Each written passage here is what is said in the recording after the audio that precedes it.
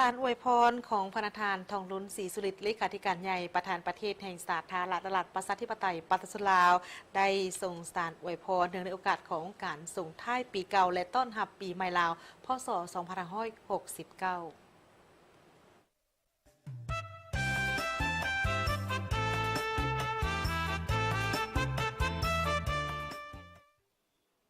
พี่น้องร่วมชาติเพื่อนมิตรที่ฮักแพงทั้งหลายในโอกาสส่งท้ายปีเก่าปีมะเสงพ.ศ. 2568และต้อนรับปีใหม่ปีมะเมียพ.ศ. 2569ที่จะมาถึงนี้ข้าพเจ้าขอส่งความเยี่ยมยามถามข่าวอันอบอุ่นและคำอวยพรอันประเสริฐ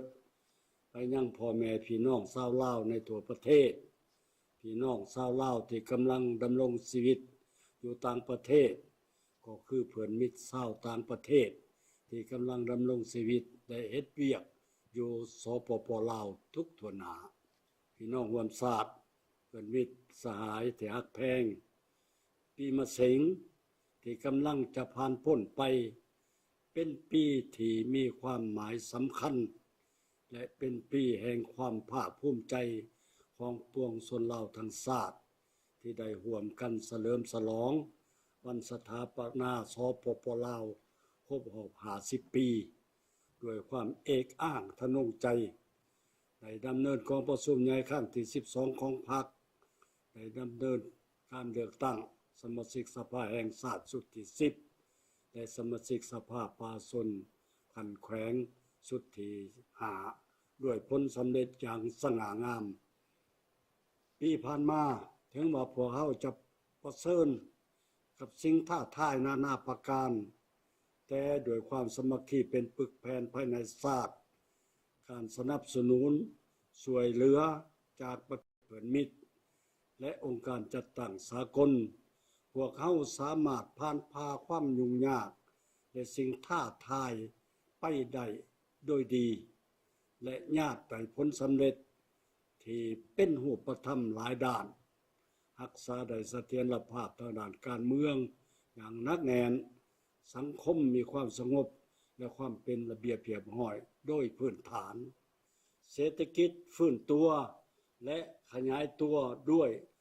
ท่วงท่าดีขึ้นอิทธิพลบทบาทของสปป.ลาวในเวทีภาคพื้นและสากลได้รับการเสริฐสู้สูงเด่นขึ้นตืมและสืบต่อนำพาประเทศชาติก้าวเข้าสู่สังการใหม่แห่งการพัฒนาในสุมปีต่อหน้าพี่น้องร่วมชาติที่ฮักแพงทั้งหลายปีมะเมียพ.ศ. 2569จะมาถึงนี้ทั่วโลกยังเสิร์ฟต่อประเสริฐหน้ากับความยุ่งยากซับซ้อนที่เกิดจากผลกระทบของความขัดแย้งและการปะทะกันอยู่บางภาคพื้นดังนั้นจึงขออยากร้องมายังพ่อแม่ประชาชนก็คือทุกภาคส่วนในสังคมจงสืบต่อเสริฐสู้น้ำใจรักชาติและความสามัคคีเป็นจิตหนึ่งใจเดียวอ้อมข้างศูนย์กลางพรรคและรัฐบาลพร้อมกันผ่านพาความยุ่งยากที่จะเกิดขึ้นออกแห่งประกอบส่วนอย่างตั้งหนาเข้าในการจัดตั้งปฏิบัติมติกองประชุมใหญ่ครั้งที่12ของพรรคและแผนพัฒนาเศรษฐกิจสังคมแห่งชาติ5 ปีครั้งที่10ให้มีผลสำเร็จเป็นรูปธรรมเสริฐสู้ความเป็นเจ้าประเทศชาติ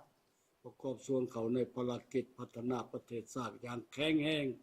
ตามทิศสีเขียวและยืนยงให้มีผลสำเร็จพี่น้องร่วมชาติเพื่อนมิตรสหายที่ฮักแพงทั้งหลายในวาระอันเป็นสิริมงคลนี้ข้าพเจ้าขอส่งความอวยพรอันประเสริฐให้พี่น้องร่วมชาติในทั่วประเทศตลอดถึงพี่น้องชาวลาวที่อาศัยอยู่ต่างประเทศก็คือชาวต่างประเทศที่ดำรงชีวิตและปฏิบัติหน้าที่อยู่สปป.ลาวจงมีสุขภาพเข้มแข็งมีความอยู่เย็นเป็นสุขมีผลสำเร็จในหน้าที่เวียงงานและขอให้การฉลองปีใหม่ลาวในปีนี้จ จงเต็มไปด้วยความเบิกบานม่วนซื่นและความสงบปลอดภัยทุกประการโดยเทินสบายดีปีใหม่